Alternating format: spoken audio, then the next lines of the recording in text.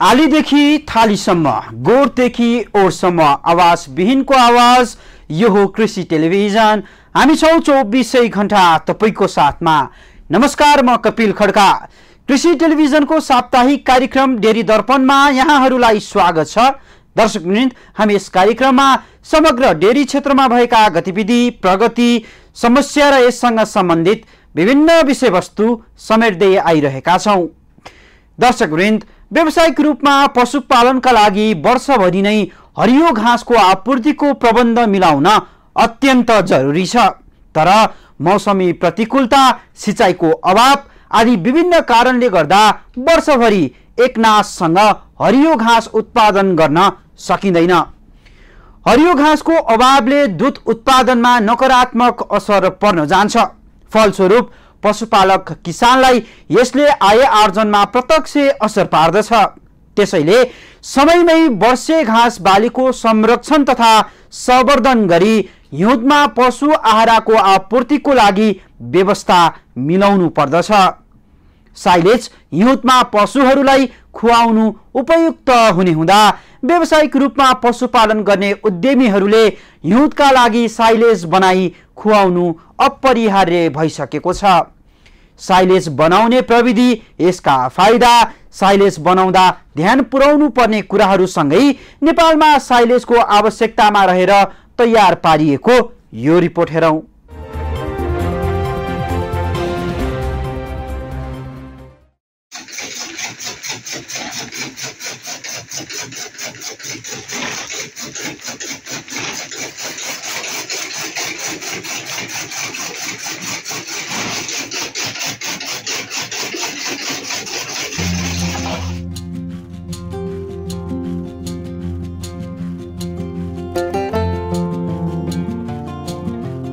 व्यावसायिक रूपमा पशुपालनका लागि वर्षभरि नै हरियो घाँसको आपूर्तिको प्रबन्ध मिलाउनु पर्दछ। मौसमी प्रतिकूलता, भौगोलिक विकटता, सिँचाइको अभाव आदिका कारण वर्षभरि एकनाससँग हरियो घाँस उत्पादन गर्न सकिँदैन। हरियो घाँसको अभावले दूध उत्पादनमा नकारात्मक असर पार्दछ। त्यसैले समयमै वर्षे घाँस बालीको संरक्षण तथा संवर्धन गरी हिउँदमा पशु आहारको आपूर्तिका लागि व्यवस्था मिलाउनु पर्दछ। साइलेज बनाई हिउँदमा पशुहरूलाई खुवाउनु उपयुक्त हुने हुँदा व्यावसायिक रूपमा पशुपालन गर्ने उद्यमीहरूले हिउँदका लागि साइलेज बनाई खुवाउनु अपरिहार्य छ। हरियै अवस्थाको घाँस तथा घाँसे बालीलाई उपयुक्त समयमा काटी त्यसबाट 30 देखि 35% पानीको मात्रा घटाई 1 देखि 3 इन्चका टुक्रा पारी हावा पस्न नसक्ने गरी खाडल वा पोली ब्यागमा तह तह बनाई खादी खादी टम्म पारेर घाँसमा रहेको सम्पूर्ण पोषण तत्त्वहरूलाई कायमै राखी अम्लीकरण प्रक्रियाबाट तयार पारिएको पदार्थलाई साइलेज भनिन्छ। साइलेज दुधालु पशुहरूको लागि अति नै पोषिलो खुराक हो। खास गरी हिउँदमा हरियो घाँसको विकल्पको रूपमा साइलेजलाई प्रयोगमा ल्याइन्छ। साइलेज बनाउनको निमित्त मोटो डाँठ भएका घाँसहरू जस्तै मकै, टियोसेन्टी, नेपियर, जुनेलो जस्ता बालीहरू उपयुक्त मानिन्छ, जसको डाँठमा गुलियोपनको मात्रा बढी रहेको हुन्छ। वर्षैभरि समान रूपमा दूध उत्पादन गर्न पशु आहारमा विशेष ध्यान दिनु पर्दछ। मौसम अनुसार कस्ता प्रकारका घाँस तथा घाँस बालीहरूको खेती गर्न सकिन्छ र कुन मौसममा हरियो घाँसको समस्या देखिन्छ, सो अनुसार पशु आहारको बन्दोबस्त मिलाउनु पर्दछ। नेपालमा साइलेजको इतिहास धेरै लामो भए तापनि यसको विस्तार भने त्यति धेरै भइसकेको छैन। नेपालमा सर्वप्रथम मकैबाट साइलेज बनाउने कार्यको सुरुवात पशु विकास फार्म जिरीबाट भएको पाइन्छ। सबैभन्दा पहिला साइलेज बनाउनको लागि घाँस बालीको छनौट गर्नु पर्दछ।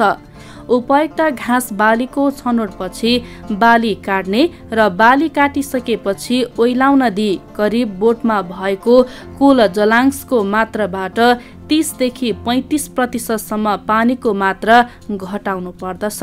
ओइलाएको घाँसलाई 1 देखि 3 सेन्टिमिटरको टुक्रा पारी साइलेज बनाउने खाडलमा खाद्नु पर्दछ। जति साना टुक्राहरू भयो उति खाद्न सजिलो हुने र छिटो साइलेजमा परिणत हुन सहज हुन्छ। साइलेज बनाउने खाडल निर्माण गर्दा आफूसँग भएको कच्चा पदार्थको परिमाण, पशु संख्या र साइलेज खुवाउने अवधिको आधारमा बनाउनु पर्दछ। 1 क्युबिक फिटको खाडलमा 15 केजी साइलेज अट्दछ। 10 फिट लम्बाई, 10 फिट चौडाई र 8 फिट गहिराईको 800 क्युबिक फिटको साइलो पिटमा 12 टन साइलेज अट्दछ। साइलेज बनाउने टुक्रा घाँस खाद्ने काम पूरा भएपछि बाक्लो गेजको प्लास्टिकले छोपी माथिबाट माटो ढुङ्गाले वा गरुङ्गो वस्तुले थिच्नु पर्दछ। साइलेज खादेको 15 दिनभित्र अम्लीकरण प्रक्रिया पूरा हुन्छ। सामान्यतया खाडलमा राखेको 45 दिनपछि साइलेज खुवाउन सकिन्छ। यसलाई 2 वर्षसम्म संरक्षण गरेर राख्न सकिन्छ। तयारी साइलेजको रङ सुनौला पहेँलो, बास्नादार र पीएच 4.2 देखि 4.8 हुनु पर्दछ। नेपालमा पछिल्लो समय व्यावसायिक पशुपालन दिन प्रतिदिन बढ्दै गएको छ। दूध उत्पादनका लागि 12 महिना हरियो घाँसको उत्पादन गर्न मौसमी प्रतिकूलता, भूबनोट र सिंचाइको कमीले गर्दा सबै सिजनमा हरियो घाँस उत्पादन गर्न सकिँदैन। खास गरी मङ्सिरदेखि जेठसम्म हरियो घाँसको बढी मात्रामा अभाव भएको पाइन्छ।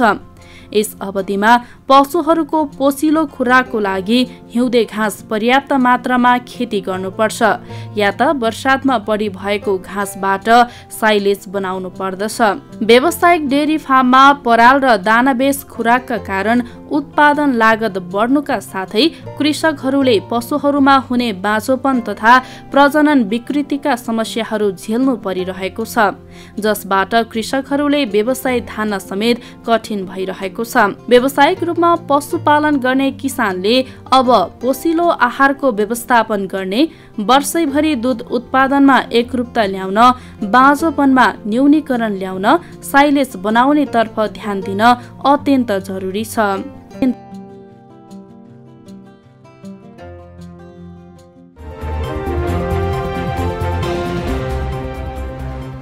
साइलेज खुवाएको पशुबाट प्रशस्त दूध उत्पादन, पशु वृद्धि, पोषणयुक्त हुने हुँदा पछिल्लो समय साइलेज प्रति कृषकहरूको आकर्षण बढ्दो छ।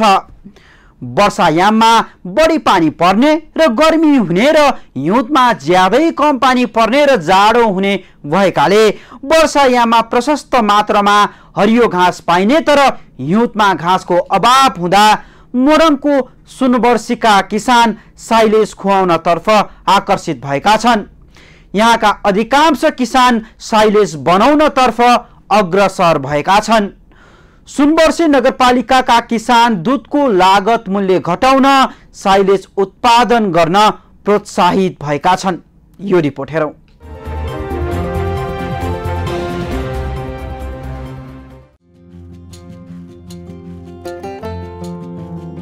वर्षायाममा बढी पानी पर्ने र गर्मी हुने र हिउँदमा ज्यादै कम पानी पर्ने र जाडो हुने भएकोले वर्षायाममा प्रशस्त मात्रामा हरियो घाँस पाइने तर हिउँदमा घाँसको अभाव हुँदा सुनवर्षीका किसान साइलेज घाँस खुवाउनतर्फ आकर्षित भएका छन्। वर्षायाममा प्रशस्त हरियो घाँस पशुहरूले खान पाउने हुँदा पशुहरू स्वस्थ रहने तथा उत्पादनमा समेत वृद्धि भएको पाइन्छ। तर हिउँदमा पानीको कमी, तुषारो हिउँ घाँस उत्पादनमा कमी हुन्छ, फलस्वरूप उत्पादन पनि घट्न जान्छ। साइलेज घाँस अत्यन्तै लाभकारी भएको गाईपालक कृषक केशव पोखरेलको भनाइ छ। जैविक कृषि फर्म ग्रामथानका सञ्चालक यादव ढकालले आफ्नै लागतमा यस्तो मेसिन प्रदान गरेपछि खुसी भएका हुन्। विगत 2 वर्षदेखि मैले चाहिँ साइलेज काटेर गाईले 12 महिना हरियो घाँस खुवाउने प्रयास गरिरहेको छु र यसभन्दा अगाडि चाहिँ हामीले अगाडि चाप कटर छ, चाप कटरबाट काटेर 5 दिन 6 दिन लगाएर साइलेज बनाउँथ्यौँ र यसपालिदेखि चाहिँ यो हाम्रो यादव ढकालज्यूको जयपति कृषि फर्मबाट यो साइलेज मेसिन ल्याएर काट्यौँ। यो हुँदाखेरि हाम्रो 4 दिन 5 दिन लगाएर चाप कटरले काट्ने घाँस चाहिँ 1 दिनमा काट्न सकिने रहेछ। वर्षायाममा बढी भएको हरियो घाँसलाई संरक्षण गरेर हिउँदमा खुवाउन सक्यो भने पशुहरू स्वस्थ हुनुका साथै तिनीहरूबाट प्राप्त हुने दूध, मासु उत्पादनलाई कायम राख्न वा वृद्धि गर्न सकिन्छ। यस बेसिनबाट साइलेज बनाउन पनि निकै सजिलो हुने किसानको भनाइ छ। हरियो घाँसलाई खाडलमा खाँदेर साइलेज घाँस बनाइन्छ। यो गुन्द्रुक अथवा सिन्की जस्तै गरेर बनाइने हुँदा साइलेजलाई गुन्द्रुक घाँस वा सिन्की घाँस पनि भन्ने गरिन्छ। वर्षायाममा बढी भएको हरियो घाँसलाई हिउँदमा घाँसको कमी भएको बेलामा पशुहरूलाई खुवाई बढी उत्पादन लिनका लागि साइलेज बनाएको किसान हेमन्त घिमिरेको भनाइ छ। अनि हामीले पनि कुनै ठाउँमा जानकारी लियौँ। जानकारी लिए पश्चात अनि हामीले आफै बनाउने कोसिस गरेँ सर। अनि यो चाहिँ खुवाउँदाखेरि दुध बढ्छ भन्ने हाम्रै सहकारीका साथीहरूबाट पनि भयो। अब हामीले चाहिँ उयो गरेका छैनौँ। अब हामी यो 2, 4, 10, 15 दिनसम्म चाहिँ हाम्रो घाँसले धान्छ। त्यो घाँस सकिए बापत चाहिँ हामी यही नै खुवाउने हामीले सोचेका छौँ सर। हरियो घाँस भएको पशुहरूलाई चाहिने पौष्टिक तत्त्वहरू साइलेजमा पनि लगभग कायम रहने भएको हुँदा हरियो घाँस जतिकै रसिलो र पोसिलो हुन्छ। साइलेज बनाउन उपयुक्त घाँसहरू साइलेज वर्षायाममा प्रशस्त हुने मकै, ज्वार, टियोसेन्टी, बोडी, नेपियर आदि तथा स्थानीय कुनै पनि घाँसबाट बनाउन सकिने भए तापनि प्रोटिन भन्दा कार्बोहाइड्रेट बढी पाइने घाँसहरूबाट साइलेज बनाउन उपयुक्त हुन्छ। सुनवर्सी नगरपालिका 3 मा 8 बिघामा गाई पालन गर्ने सोच बनाएका यादव ढकालले यस क्षेत्रका किसानले दुग्ध लागत मूल्य घटाउन र दाना चोकरमा निर्भर नरहेर साइलेज उत्पादन गर्न किसानलाई प्रोत्साहन गरेका छन्। बिना भाडा बिना खर्च उहाँहरूको आफ्नो ट्र्याक्टर उहाँको रहनेछ। मेरो मेसिनले कम्तीमा 10वटा किसानहरूको घरमा गएर साइलेज उत्पादन गराउने कम्तीमा 1.5 लाख केजीभन्दा बढी साइलेज उत्पादन गरिसकेपछि किसानले दुध बेचेर पैसा कमाउन सकिन्छ र अब चाहिँ खाडी मुलुकको 40,000 रुपियाँ कमाउन जानु पर्दैन भन्ने एउटा किसानलाई आत्मविश्वास जुन दिनसम्म जाग्दैन त्यो दिनसम्म मैले साइलेज बनाउन लगाउने काम र नस्ल सुधारमा चाहिँ यहाँका किसानहरूलाई सपोर्ट गरिरहने सोच बनाएको छु। साइलेज खुवाएको पशुबाट प्रशस्त दूध उत्पादन, पशु वृद्धि पोषणयुक्त हुने हुँदा पछिल्लो समय साइलेजप्रति कृषकहरूको आकर्षण बढ्दो छ। पशु आहारका लागि साइलेजको माग बढ्दो छ। उत्पादन कम भएकोले उद्योगको रूपमा उत्पादनलाई विस्तार गर्न अनुदान सहयोग गर्न सम्बन्धित निकायको ध्यान जान पनि जरुरी छ।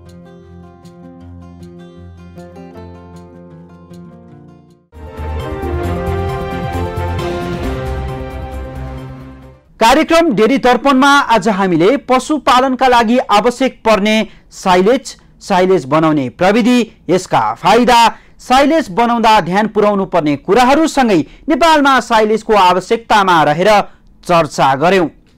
हाम्रो प्रयासले तपाई किसान दाजुभाइ तथा दिदीबहिनीहरूलाई साइलेजको बारेमा बुझ्न अझ सहयोग मिल्नेछ। हवस् त आजलाई यति नै। अर्को साता नयाँ विषय वस्तु लिएर म आउने नै छु।